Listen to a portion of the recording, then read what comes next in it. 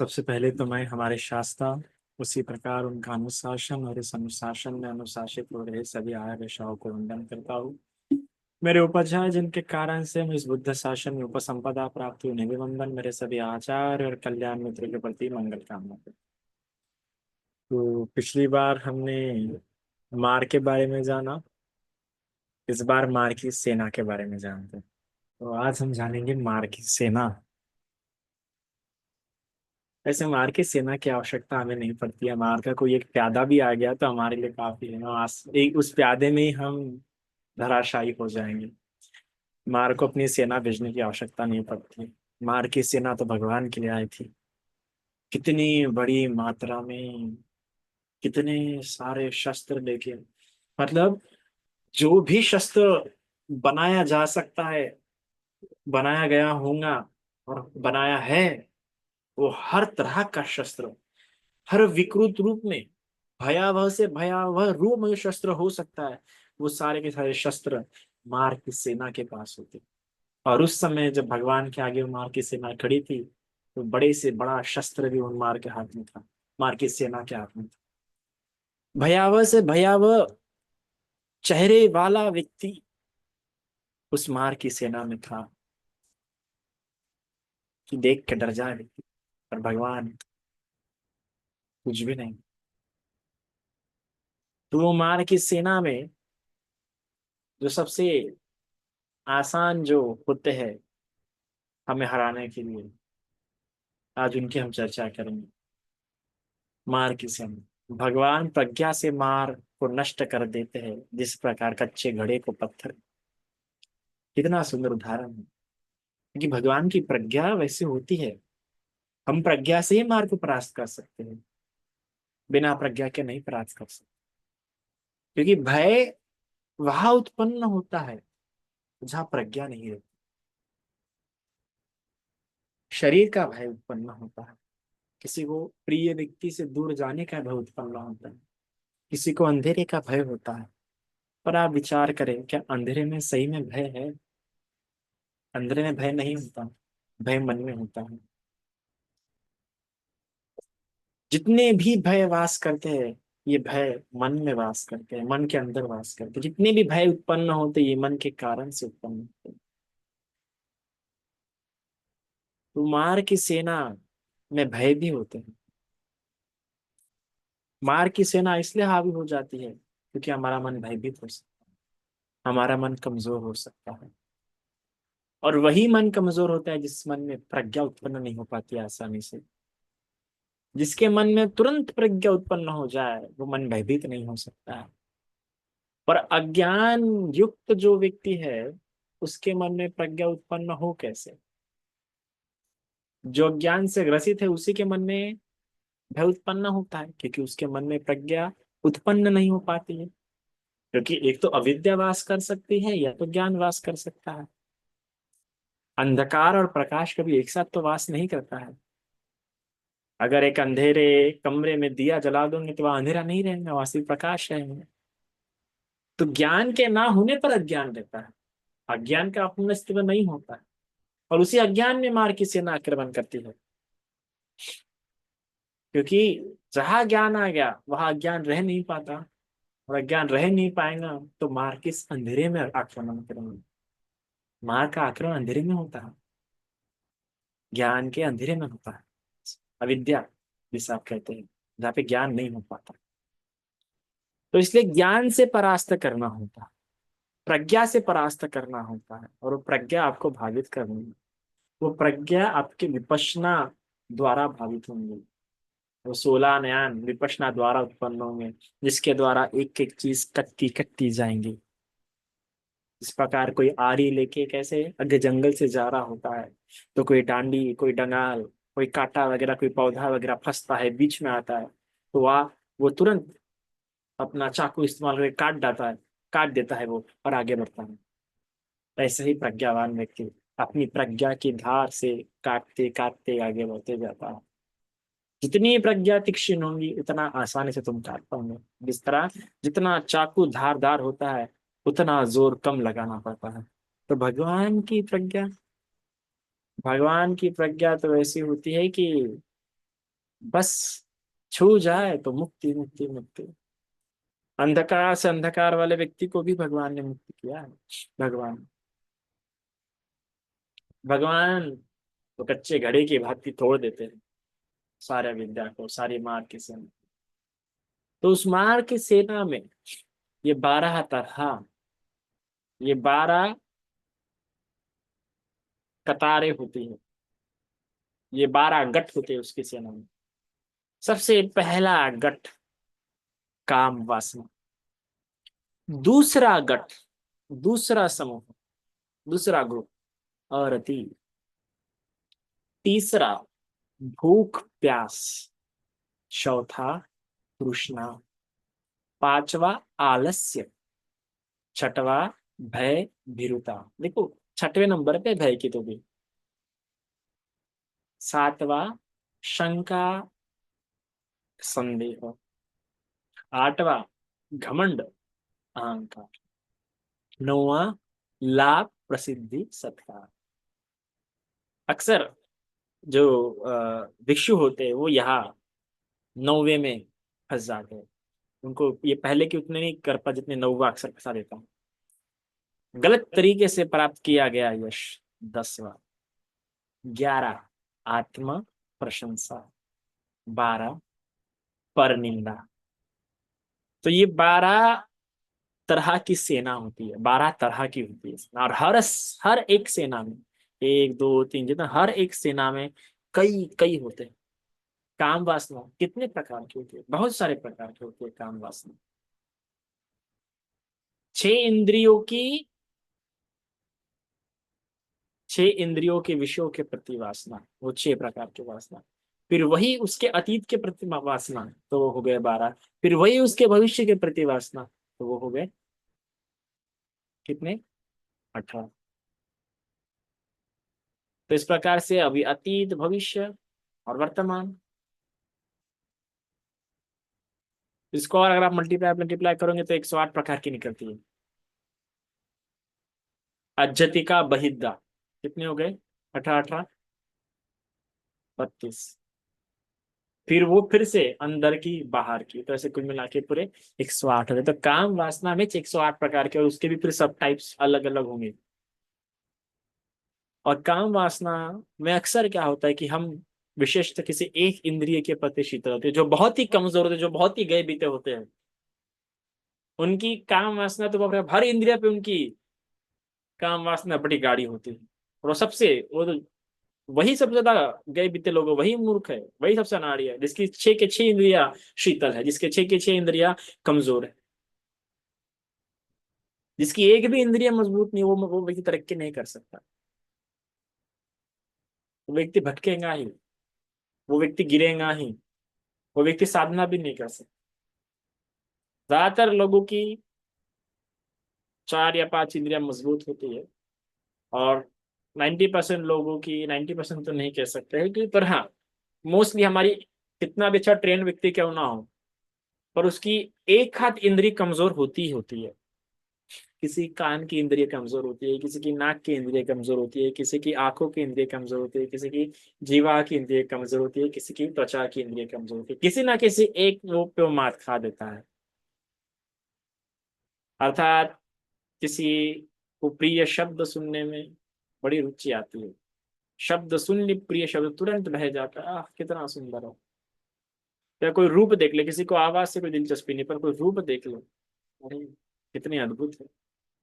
या किसी का कोई पेट पूजा, बाकी सब मजबूत होता है, पर पेट का रास्ता बड़ा हल्का होता है उसका, कि भाई कोई अच्छा सुगंध, कोई अच्छी टेस्ट करने मिल गया, तुरंत भजाता है कि भाई टेस्ट करके देख लेता हूँ। और किसी किसी का गंध कमजोर, और जिसकी इंद्रिया कमजोर होती है वो साधना को नहीं बैठ पाता, वो शील भी पालन नहीं कर पाता। बिना इंद्रियों को मजबूत किए थोड़ा बहुत भी आप शील नहीं पालन करोगे। जितने आपकी इंद्रिया मजबूत होंगे उतनी आपकी शील समाधि प्रज्ञा मजबूत होंगे। इंद्रिया थोड़ी मजबूत है, शील मजबूत कर पाओगे। इंद्रिया ज्यादा मजबूत होगी, समाधि अपने आप मजबूत होंगी।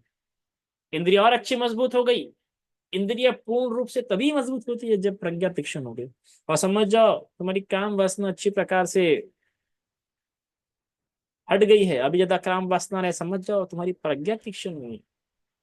दिट्ठी, सम्यक दिट्ठी तुम्हारी अच्छी प्रकार से मजबूत हुई है, तभी जाके तुम्हें काम वासना में क्या नहीं आ रही है, रुचि नहीं आ रही है। तभी जाके तुम्हें काम वासना भटका नहीं रहा।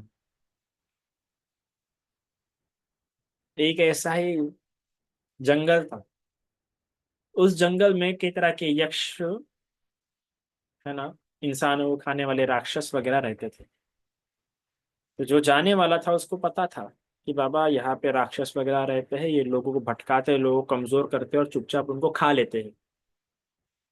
तो इसलिए उसने क्या, जब रात का समय, जब रात को आराम करने का समय हुआ, तो बड़ा चौकन्ना होके उसने आराम कर रहा था, बड़ा चौकन्ना था। फिर धीरे धीरे करके, अब उसके साथ और 10-12 लोग थे। तो उन्होंने क्या किया, वहां पे जो राक्षस थे, उन राक्षसों ने क्या कर दिया, अच्छा, वादन बजाना शुरू किया। और ये वादन सिर्फ उसी को सुनाई दे रहा था जिसकी कान की इंद्रिय शीतल है, जिसकी कान की इंद्रिय कमजोर है। तो उसी को सुनाई देंगे, और उसी को आकर्षित कर रहा था, और वही भागे भागे भागे उसी, वही, अरे कौन, कितनी अच्छी आवाज है, मैं चाहता हूँ सुन रहा हूँ। ये सोच के उठ गया, और उठ भी गया। वो जल्दी उठ भी गया, क्योंकि जो इंद्रिय हमारी कमजोर होती है वो हमें उस प्रकार जगाब देती है, क्योंकि प्यास ही वैसी होती है उस चीज की। तो जब वो से तो देखते हैं, कोई तो भी उठा चल के जा रहा, देखता है, अरे ये तो, ये आदमी कहाँ चल के जा रहा है, कहता है रुको रुको, तुम कहाँ जा रहे हो, तो कहते नहीं देखो ना, आवाज इतनी अच्छी आ रही है। तो कहता है कौन सी आवाज, कोई आवाज तो नहीं आ रही है। अरे नहीं नहीं, मुझे तो आवाज आ रही है। तो बोलता, अरे नहीं नहीं, मत जाओ, राक्षस वगैरह होंगे, तुम मत जाओ। कहता नहीं नहीं, कोई राक्षस वगैरह नहीं होंगे, इतना सुंदर संगीत कौन, कोई राक्षस बजा नहीं सकता। रुको रुको, देख के आता, मुझे देख के तो आने दो। उसने कई रोकने की कोशिश की, पर नहीं रुका वो, और चला गया। होता है ना, जो अपने ही भूख प्यास को मिटाना चाहता है, वो किसी और की सुनता नहीं।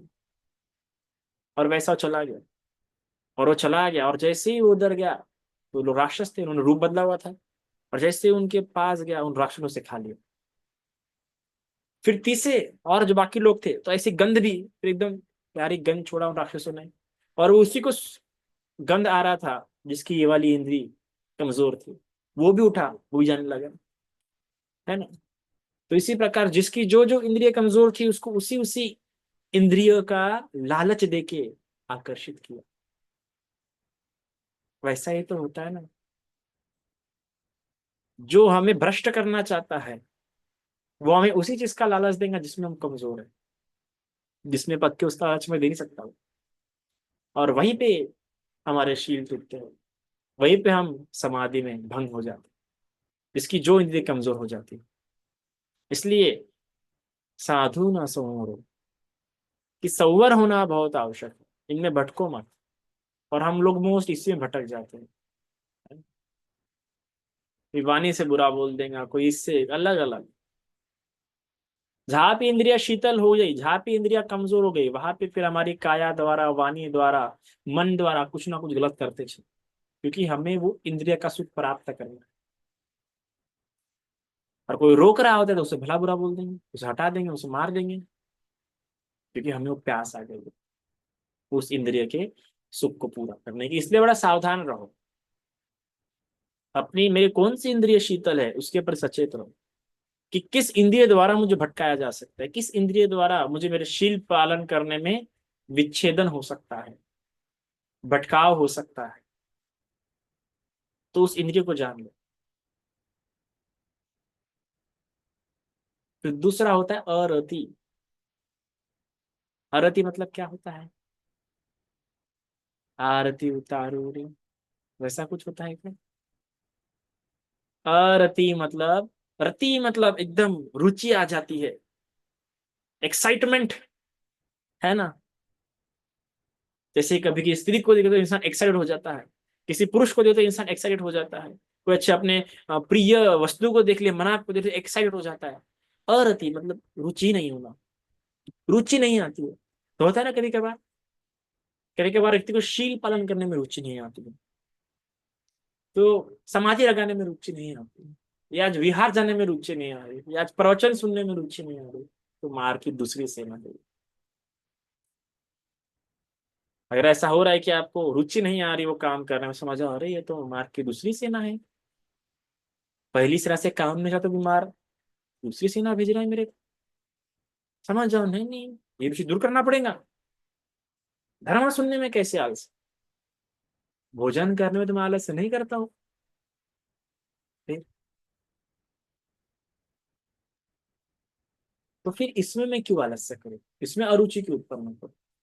धर्म से तो मेरा कल्याण होना है, धर्म से तो मेरे दुख दूर होने हैं। तो जिस रास्ते से मेरा दुख दूर होने वाला, अगर उसी रास्ते में मुझे अरुचि उत्पन्न हो रही है, तो फिर मैं किस मार्ग पे जा रहा हूँ, अपने आप को कौन से मार्ग पे लेके जाना चाहता हूँ? तो इसलिए अरुचि से सावधान रहिए, ये अक्सर मार्ग से भटकाता है। काम वासना तो भी ठीक है, पर अरुचि से, काम वासना ज्यादा खतरनाक अरुचि होती है।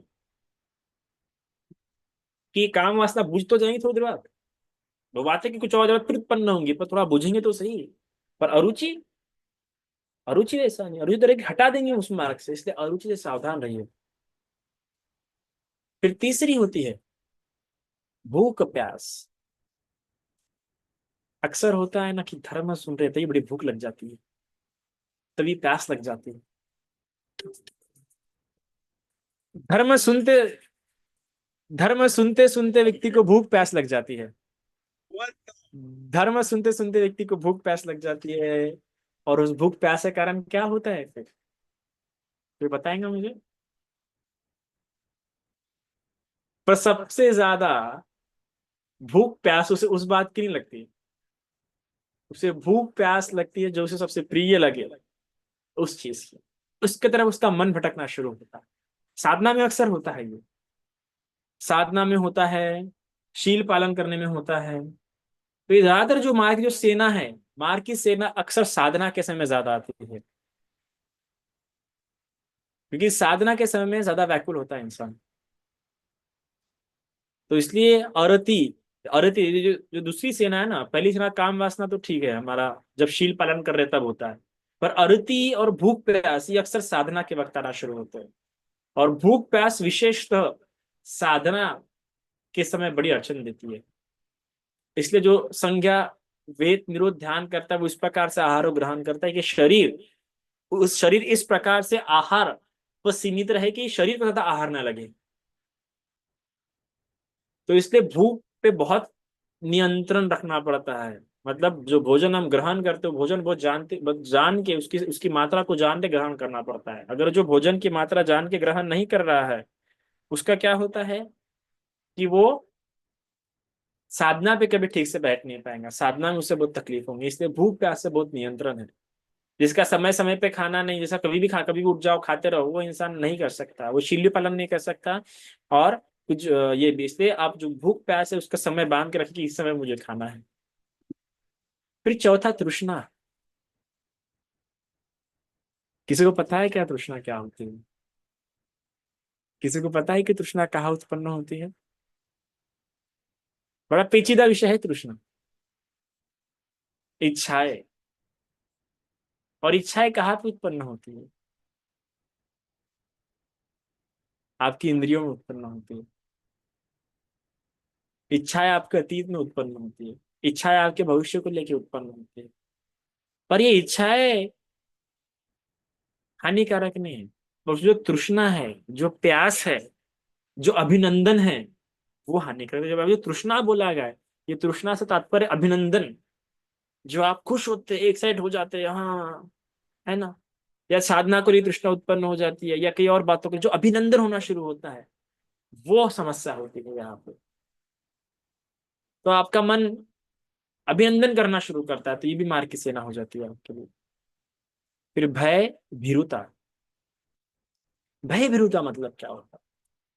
भय भीरुता मतलब होता है कि अरे मैं ऐसा कर रहा हूँ, अरे मैं वैसा कर रहा हूँ, मैं क्यों कर रहा हूँ, मेरा ये छूट जाएगा, मेरा वो छूट जाएगा। छूट जाने का जो डर है, वो भय भीरुता है। और वो छूट जाने के डर से ये अच्छे काम ना करना, वो भय भीरुता है। छूट जाने के डर से उस काम पे, जो काम हमने हाथ में लिया है शीलों का, या जो काम हमने हाथ में लिया है समाधि का, वो काम नहीं कर पाना, वो भय भीरुता है। जो काम से हटा दे, जो काम के प्रति भय भीरुता उत्पन्न कर दे, उस सावधान रही। और इसी कारण से फिर संदेह शंका भी आता है। जिसने भय भीरुता को कर लिया, उसमें फिर संदेह भी आता है, संदेह आने की संभावना होती है कि क्यों कर रहा हूँ, क्या ही लाभ होगा मुझे, सही में इतना लाभ होगा क्या? ये जैसे आप एक एक पार्ट रख जाएंगे, दूर दूर से ना आपके ऊपर आते जाएंगे। जैसे भय विरुद्ध हटा देते हैं, वैसे आपके मन में ऐसा संदेह आता है, शंका आती है कि सही में करना चाहिए था क्या ये, लाभ होगा क्या ये, मतलब भय तो हटा दिए, पर अब भय हटाने के बाद क्या आ रहा है, संदेह आ रहा है। भय से ओवरकम हो गया, भय को हरा देने के बाद लग रहा है नहीं यार, क्या ही क्यों ही कर रहे हैं। फिर जिसे संदेह और शंका को समाधान कर लिया, उसमें घमंड आता है फिर। अरे मैंने कर लिया। अरे कभी और बोलते ना, अरे तुझसे नहीं हो पाएगा, अब डर लगता है, बहुत सारे थॉट्स आते हैं, मन भटकता है, आसान नहीं, क्योंकि अभी हमने कर लिया है तो हमें घमंड आता है, और जहाँ पे घमंड आ गया वहाँ पे अविद्या बहुत मजबूत हो जाती है। और अविद्या मजबूत हो गई तो फिर आपको पता है, फिर तो मार की सेना गिरने से रही, फिर तो मार की सेना मजबूत होंगी। तो इसलिए घमंड और अहंकार को इग्नोर कि नहीं मेरा घमंड है, मैं भी यहाँ से चूत हो सकता हूँ, मैं भी यहाँ से भटक सकता हूँ। अरे भगवान भू से तो होते हुए भी कितने बार साधना के पद से हट गए, साधना के पद से भटक गए, फिर नहीं, फिर मैं तो एक साधारण श्रावक हूँ, मैंने घमंड नहीं करना चाहिए। फिर घमंड और उसके बाद, क्योंकि उसका स्वभाव एकदम सॉफ्ट हो जाता है, तो उसके कारण, क्योंकि उसने इतना कुछ प्राप्त कर लिया और स्वभाव सॉफ्ट हो गया है, तो उसके कारण से लाभ मिलना शुरू होता है, सत्कार मिलना शुरू होता है, और उसके चक्कर भी क्या होता है, वो भटकना शुरू हो जाता है। तो उसको भी सावधान होना पड़ता है कि नहीं, ये लाभ तो भगवान ने कहा है कि लाभ का मार्ग दूसरा भिक्षु, साधना का मार्ग भिक्षु, और जो जो लाभ के चक्कर में पड़ा है वो हमेशा भटके। हम भी कई बार भटकते रहते हैं, बहुत आसान है लाभ के चक्कर में भटक जाना, क्योंकि लाभ सत्कार इस प्रकार से व्यक्ति को मोहित कर लेता है, आदि बना देता है कि बता नहीं सकते। फिर उसके बाद गलत तरीके से प्राप्त किया गया यश, फिर क्योंकि वो फिर वो उसके लिए और प्रयास करता है गलत तरीके से यश प्राप्त करने के लिए, उसका आदी हो जाता है। फिर आत्म प्रशंसा में क्योंकि और यश रहता है और खुद की प्रशंसा करता है, जैसे मैं भी कई बार करता हूँ खुद की प्रशंसा, है ना। तो खुद की प्रशंसा और करना पसंद करता है, और फिर खुद की प्रशंसा करते करते दूसरों की निंदा भी करता है, जैसे मेरे मुख से भी हो जाती है। तो ये सभी मार्ग की सेना एक दूसरे इंटरकनेक्टेड है, और इंटरकनेक्टेड होने के कारण से तुम ये करते हो तो वो भी करते हो, वो करते हो तो ये भी करते हो। पर बस फर्क क्या होता है कि कभी कभार किसी एक के चलते हम उसमें चले जाते हैं, कभी कभार अरुचि के कारण चल जाते हैं, कभी कभार काम वासना के कारण चल जाते हैं, कभी कभार भूख प्यास के कारण, और एक बार चले गए तो फिर ये सारी बातें आ जाती है। इसलिए इस बात को जानूं कि नहीं मुझ में काम वासना हावी हो गई, नहीं मुझ में इस क्षण मुझ में रुचि है, इस क्षण मुझ में भूख प्यास है, इस क्षण मुझ में तृष्णा है, इस क्षण मुझ में आलस है, उस वर्तमान क्षण में इनमें से क्या है, इन 12 में से कौन सी सेना है, इस बात की आप ध्यान रखो। और उस बात की सावधानी रखने के कारण से फिर आप समझ जाएंगे, और आपको पता होगा मुझे ये हटाना जरूरी है, मुझे अपनी प्रज्ञा को मजबूत करना जरूरी है कि नहीं, ये काम वासना मेरे लिए हितकर नहीं, ये रुचि मेरे लिए हितकर नहीं, ये भूख प्यास मेरे लिए हितकर नहीं, मेरा जीवन नहीं चला जाएगा अगर अगर अगर मैंने इसके पीछे चला गया तो, नहीं गया तो, अगर मैं इसके पीछे गया तो मेरा नुकसान होगा, नहीं गया तो ऐसा नहीं कि मर जाऊंगा, बल्कि मुझे सुखी प्राप्त, मुझे मेरे समाधि की एकाग्रता जो प्राप्त होंगी उसमें सुख प्राप्त होंगे, मेरा मन भटक नहीं पाएगा उससे भी सुख प्राप्त होंगे, मेरे शील खंडित नहीं होंगे उस अखंडित शील से भी सुख प्राप्त हो, और मेरे शील खंडित होते तो मुझे दुख होगा, और खंडित शील जिस मार सेना के कारण हुई वो मार सेना मुझे और परेशान करेंगे, मुझसे और वो काम कराएंगे, इसलिए मुझे मार सेना के वश में नहीं आना। ऐसी मार सेना को आप देखिए और समझिए। तो इससे तो कहा है ना, जयासन गता वीरा जित्वा मारा सवाहिना, चतु सच्च मतरसंग ये विपुंसन नरासना। जिन श्रेष्ठ पुरुषों ने, जिन वीरों ने जय ग्रहण करने वाले आसन बोधि मन पर जाकर सेना सहित मार को जीता है, भगवान ने सेना सहित जीता है मार को, सेना को हराया, पूरी सेना को हराया भगवान ने। फिर जब भगवान सेना को हरा सकते, क्या इस सेना को मैं पहचान नहीं सकती क्या, मैं पहचान नहीं सकता क्या, ये प्रश्न होना चाहिए। ये सेना ही तो है, आसान है सेना को पहचानना, बहुत आसान।